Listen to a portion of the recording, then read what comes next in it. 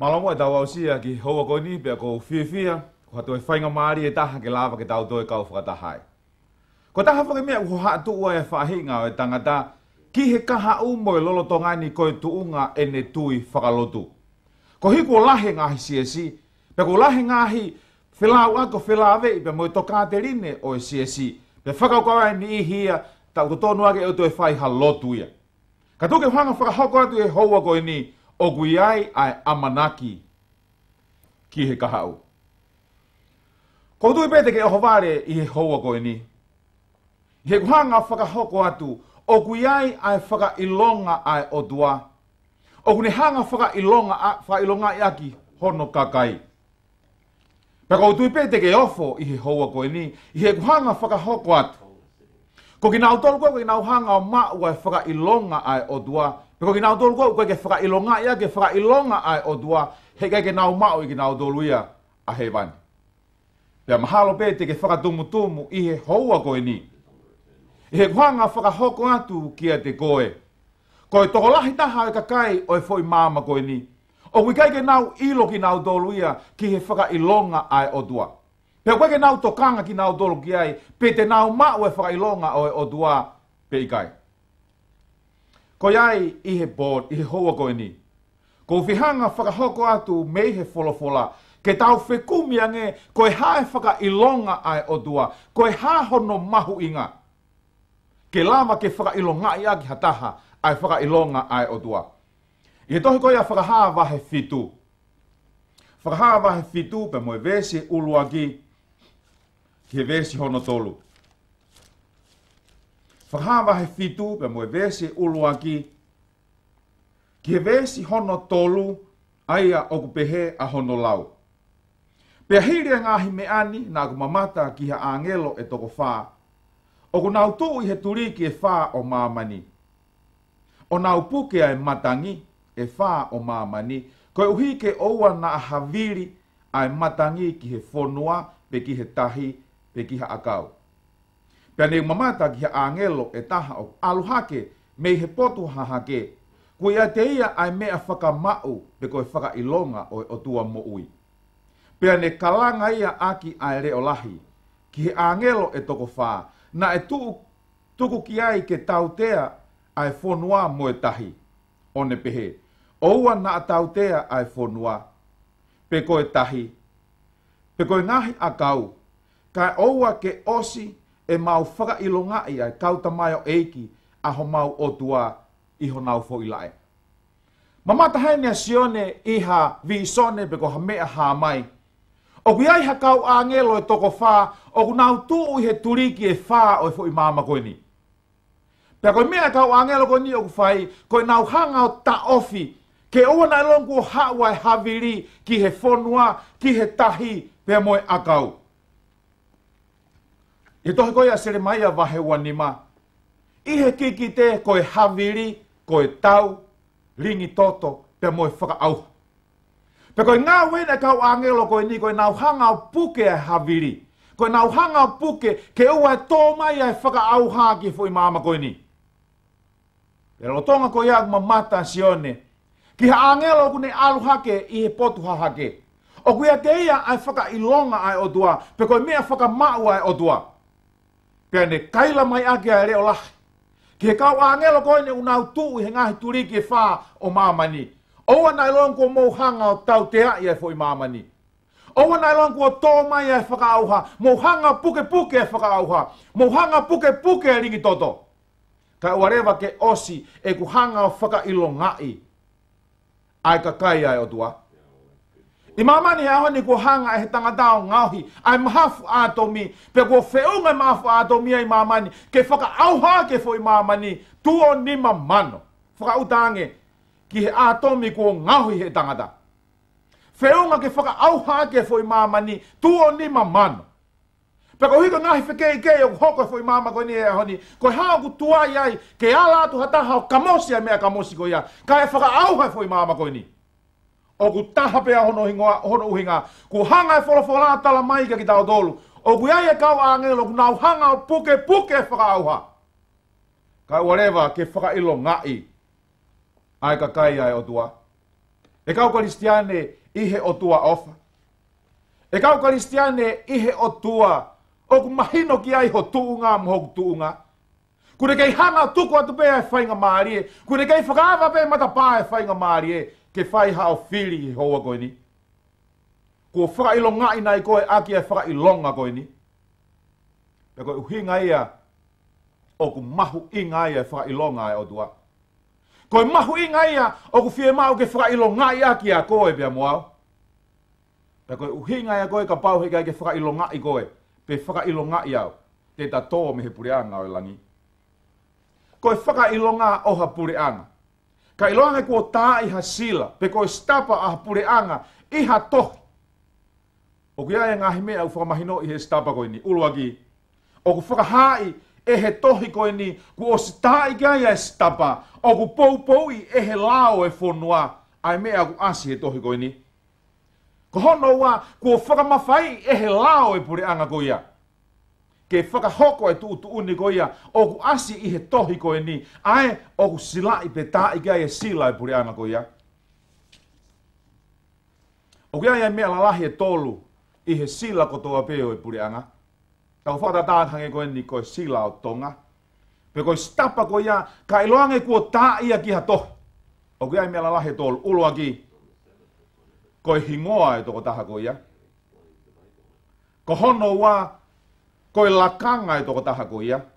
Pea ko hono tolu, koe feituu koe ia, o kuni hanga o pure i. Hange koe ia, koe sila koe ia o Tonga, uloa ki, koe huafa e tā i kia e huafa o tau wha ahau tupou wha. Ko hono lakanga pe ko ene ngā ue koe tu ia. Koe wheitu koe kuni hanga o pure i koe o Tongan. O ku peheto whepea e pure anga e Otua. O ku iaia e sila o e pure anga e Otua. O ku iaia e stapa e pure anga e Otua. O ku iaia e Faka'ilonga. O kuni hanga Faka'ilonga ia ke pure anga e Otua.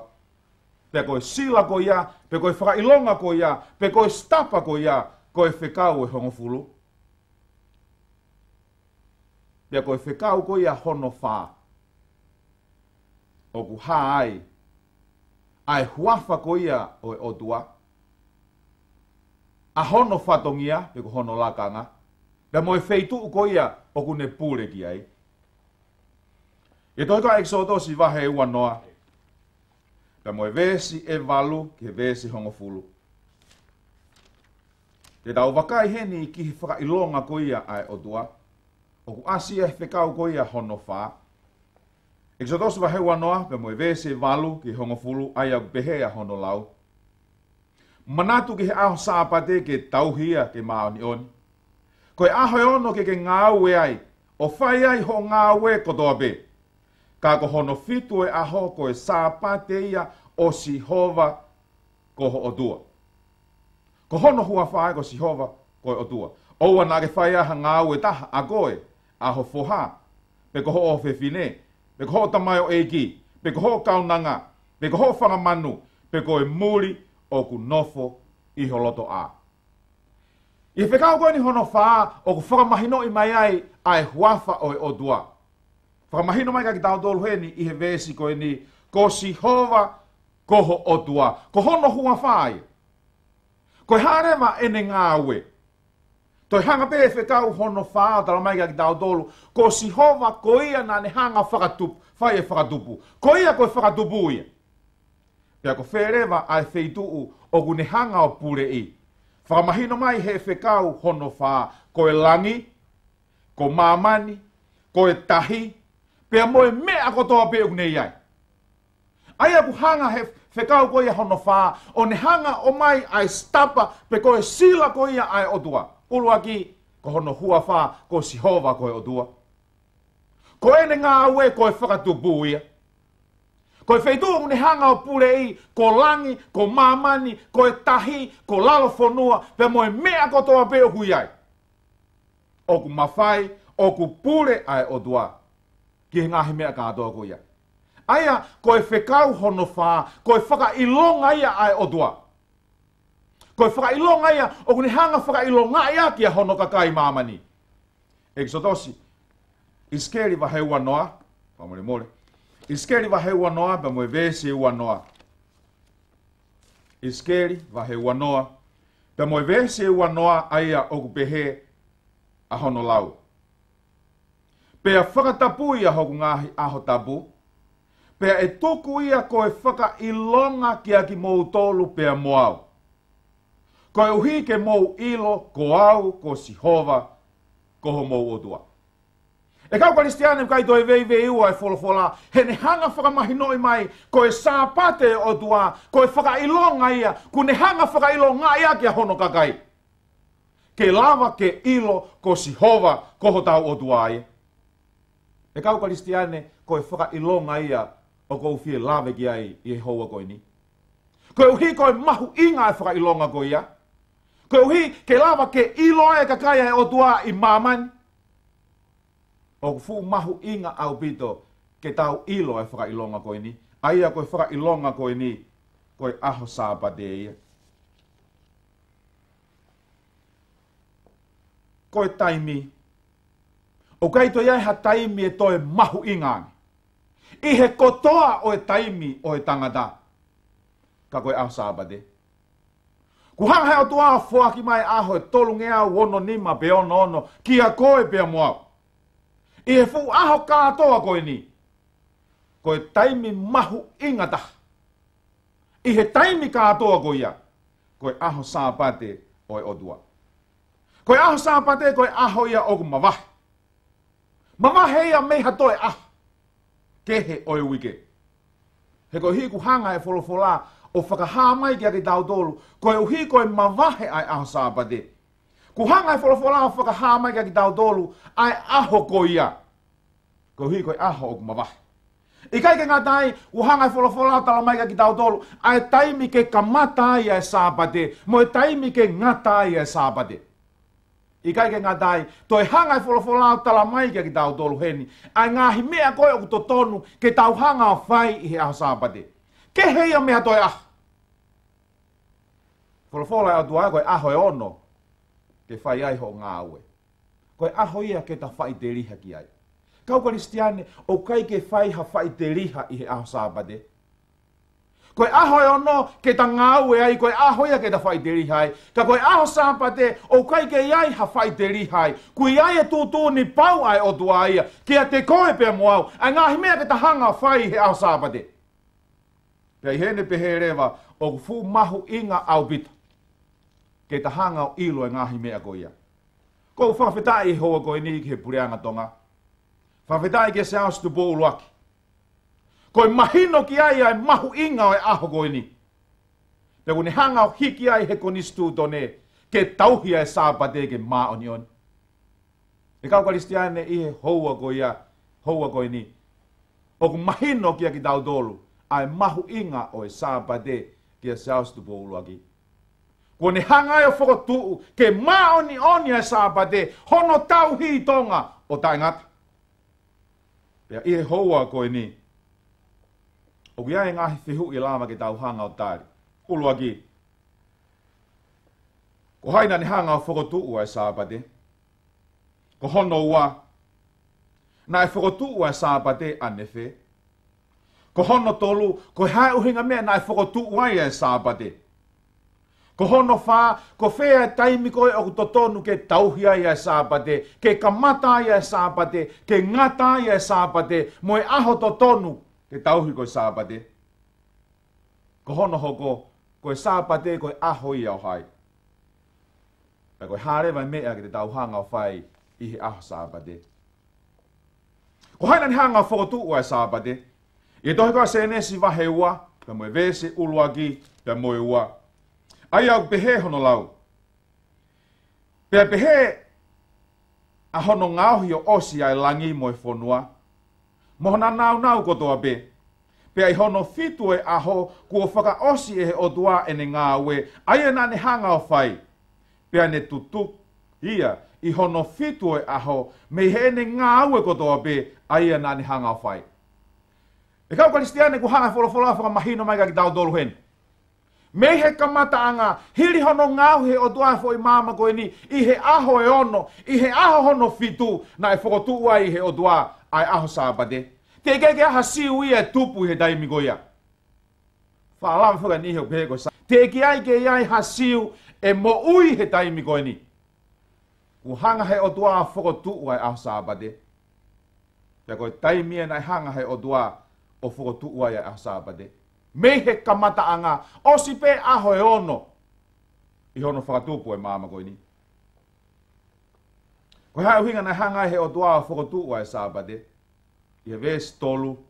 Tara mai heni, nā ne mālo loi he au sāpate. Nā ne hanga o tāpua ki ia au sāpate. Nā ne hanga o whakatapui ia au sāpate. E kau Kristiane, kai to iai ha aho ia oi wike, nai hanga he Otua o tāpua ki, pea ne whakatapui, pea ne māloloi mhene ngā ue, ka koe au sāpate e beta. Kai hene pehe rewa, nai ngauhi e sāpate koe tāpua ki ia, ki whahinga o e tangata. Ko whea e sāpate o totonu, ko whea aho o totonu ke tau tauhi koe sāpate. Lahi a ngahi kehe hen. Tauhi e ni hia uraki aho e wike. Tauhi e ni hia aho no ono e wike. Tauhi e ni hia aho no fitu e wike. Pea ni hire waia nau pehe ha whahinga aho pe kai kehe peke maa ni oni. Pea koe ni hia kai peke aha nau sāpate iau nau tolu. Ko whea aho o totonu. Exodosi wa hei wanoa. Pea moe vese hiva ki hongo fulu. Exodosi wa hei wanoa. Pea moe vese hiva ki hongo fulu ai pehe hono lau koe aho e ono ke ngā ue ai o whai ai ho ngā ue kotoa. Ka hono fitu ai aho koe sāpate ia si hova ko Otua. Oua nā ke whai ha ngā ue ai e tah a koe, aho foha, aho ofefine, aho tamai o eiki, aho kaunanga, pe koe whangamanu, pe koe muri o nofo i holoto a. Hanga whalafola whaka mahino mai ki tau tolu heni, koe aho hono fitu koe sāpate ia o si hova. O i kai koe aho uluaki, pe koe aho nono, pe koe aho no nima, pe koe whahinga aho be, koe whakamahino mai he wholofola ki tau tolu. Koe aho hono fitu, koe aho ia o Sihova. Aho e ono ke ngā ue ai. Ka koe fitu o aho, koe sāpate ia o Sihova. Kuhanga e Sihova hei no whakaata mai ai aho nono, ke whai te riha ki ai. Ke aluai ki tahi, ke aluai o kai mea kai, ke aluai ki uta, ke nofo ai api o mohe, pe koe fō, pe koe whei mea kai. Ka ko hono fitu e aho, koe sāpate ia o Sihova. Mea ni, hoa iki mo tau ka inga, kui kai ke whiunga e aho e ono, ko ne whoaki mai ke tau whai te riha ai.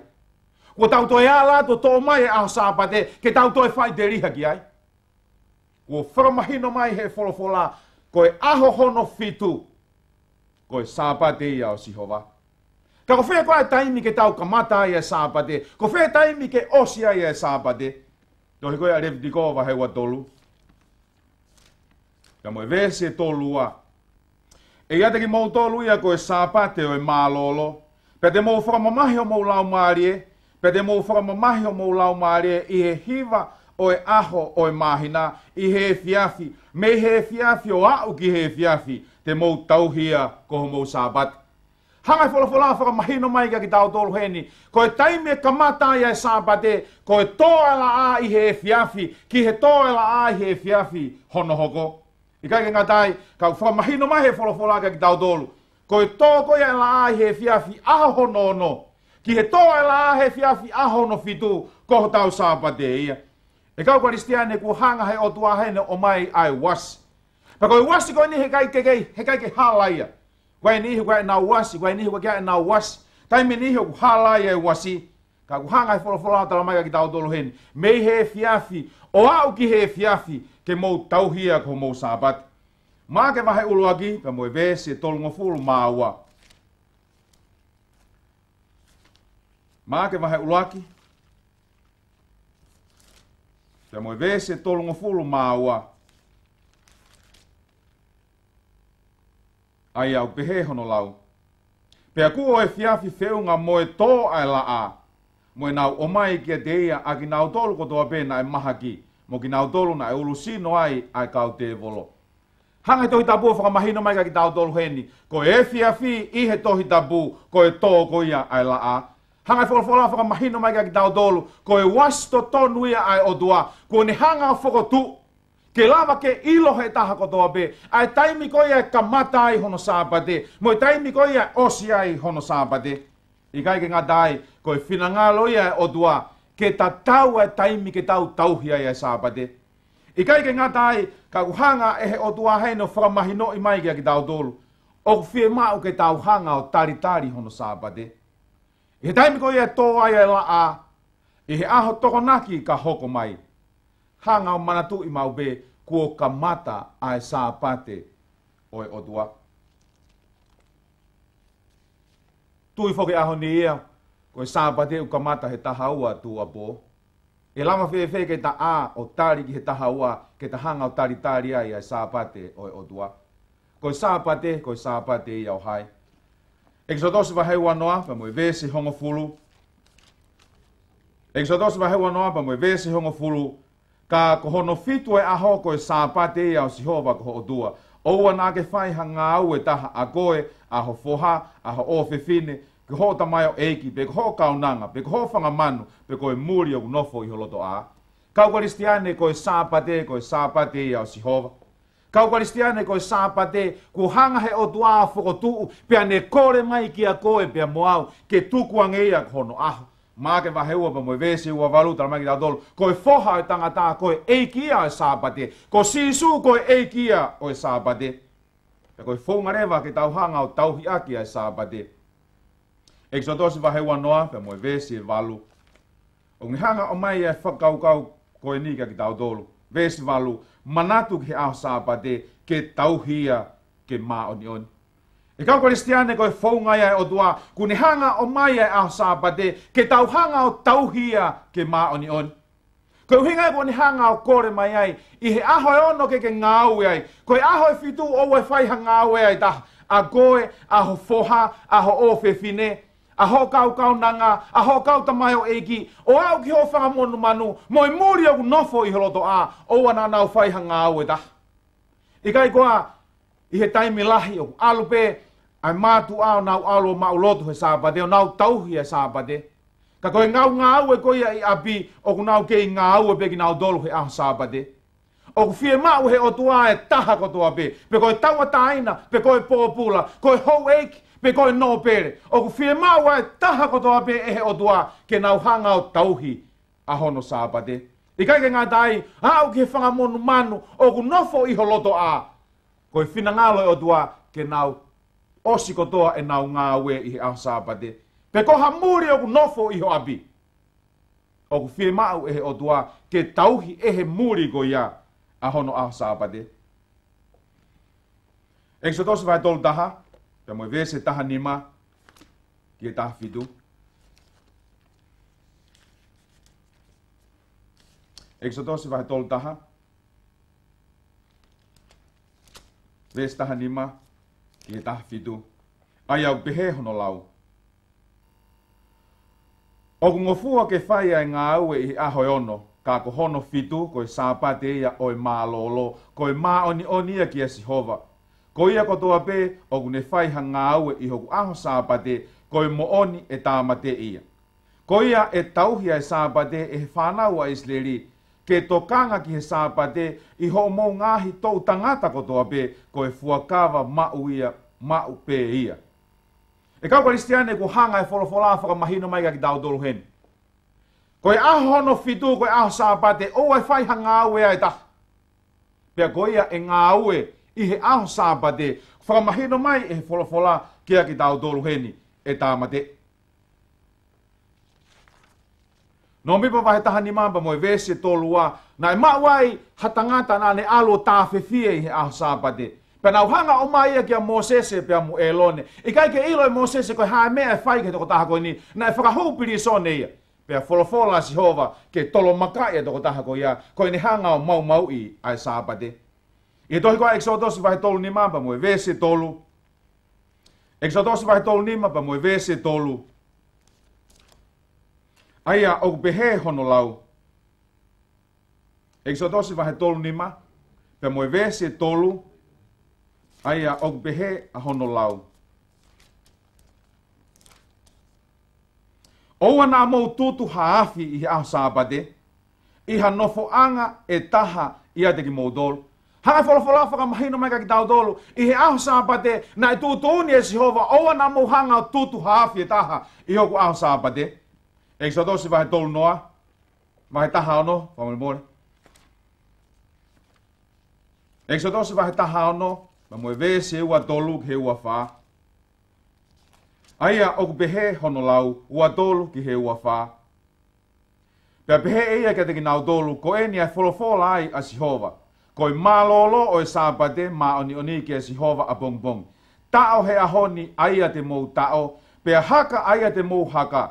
Pea koia e toe hirifakia. Pea koia e toe hirifakia ki he a bong bongi ma mou tolu. Pea na nau hirifaki aia ki he a bong bongi. O hange koi whekau a Mosese, pena ikai manua, pena ikai ke uanga iai. Hanga wholofola whaka mahino mai ka ki tau tolu nei wholofola Sihova ke whanau wa Isleri. Tao e mea ku tao he ahoni. Haka ngahi mea ku haka he ahoni. Ko uhi ko a pongi ko e sāpate ia. I tohi koa Isaia vahe nima walu. Pea moe vesi e taha tolu ki he taha wha. Isaia nima walu. Pea moe vesi e taha tolu ki he taha wha. Aia o behe hono lau. Ka pau e tao fi ho vae i ao tapu. Pe ona ke whai ki ho loto i ho aho maoni oni. Pe ke ui e aho tapu ko e whakawhiawhia. Ko e aho maoni oni o Sihova o ko e ongongo le rei. Pe whakapa apa ki ai. O tae whai ai ki ho ngahi ki ho hala. Pe tae whai ki ho loto. Pe tae rea aki ai ngahi rea au. Pe he te ke toki whiawhia koe i a Sihova. Pe te ungauhi koe ke heka i he ngahi potu maa olunga o maa mani. Pea te uwhawhanga ki koe ai tofia o se ko pe ko hota mai he kua wholofola pe hea Sihova koe Otua. Hanga wholofola antala mai ka ki tau tolu ngahi mea ke tau hanga whai he ao sāpate. Koe ke whimau e Otua ki tau tolu ke tau hanga o tauhi ai sāpate i he whaunga o tau loto ki ai. Ke una tau rea ke tau ngahi rea o e whai ko tau loto i he ao sāpate. Pea koe tāpua kia ka pau te tau hanga o tauhi to tonu ai sāpate. Koe ririu e sāpate, koe kaweinga ke hea ko loto pena aha taimi ke hoko atu ki ai. Ka hanga whakamahino mai ka ki tau tolu koe siansi katolika na nau hanga o ririu ai sāpate ai lotu mei he aho hono fitu ki he aho uluaki. Pehe ni hia, koe hunga mea ririu ai ki he aho uluaki ko hi, na e toi tu wai a sisu, ka koe ki hanga he toi tabu ia o pou i ai tu unga ko ia. O kia mea ko whielawi kia hoa koe ni, pia ko tui pe e ofo ai ai toko lahi. O hanga whakamahino mai he toi tapu kia ki tau tolu, koe aho toko naki, koe aho ia hono fitu. Peka pau te ki hanga o lau e dictionary koe a Oxford. O whakamahino mai koe aho whalaite, koe aho ia hono ono. Koe aho toko naki, koe aho ia hono fitu. Luke vahe ua tolu ves ni maua, maake vahe tahanima ves whaua, tala mai kia ki tau tolu, koe aho hono fitu, koe aho sāpate ia. Koe sia se aho fitu i mamani ko toa pe, o nau hanga kina tolo tauhi ai aho toko naki, koe aho sāpate ia. Ka oku kehe pea tongania, koe whehui rewa, koe hauhinga mea oku kehe ai a tongani. Koe uhika tuunga ko ia ai laini whakawahapurianga ko ia, o ne hanga wahe ko ia ai kamataanga e aho, pea moe ngataanga e aho. Na e o whei ai laini ko ia kai lama ke kaua tonga ki he wheitu whakahihifo. Ka oku kei hanga pe e siasi aho fitu, o tauhi ai sāpate ko ia o e wheitu hahake. Aia koe ko santei ko ia i tonga. Koe aho toko nā ki ia o Amerika, Hamoa, Lalotonga, mo ngahi whanua ko ia o i isite. Aia i he tuunga ko ia, koe uhi ngai au tauhi ai se asi aho fitu i tonga, ai aho santei. Koe uhi pe, koe aho santei o tatau ia, pe mo aho toko nā ki ko ia, o ngahi wheitu ko ia ki he hahake. Pe koe ai, ku hanga e wholofola whakamahino mai kia ki tau tolu. Koe aho hono fitu, koe aho sāpate ia. Ke tau hanga o tauhia mei he tō ai la a, ki he tō ai la a. Pe tau hanga o tauhia ke maoni oni. Koe aho ia o Sihova. Pe koe sāpate o ku Faka'ilonga'i aki e Sihova. A hono Kakai ke tau lotu. E tamai mafi mau whakamalo ke te koe. Ko hanga toi whakamahino mai kia ki mau tolu ai tuunga whelawe im ho sāpate, ai mahu inga ho sāpate, ka uma a ai ngahi ngā ua te mau whai ho sāpate, ke mau hanga o tauhia ke maoni oni. Toko ni mai ka ki mau tolu, ke lava ke mauhanga o ilo ko e toa e la a i he aho honono kua kamata ho sāpate. Tokoni mai pe tau kau whakataha pe mo koe i he houa koe ni i a klaisi ko ho alo ka ko mau whakamu ui. Amen.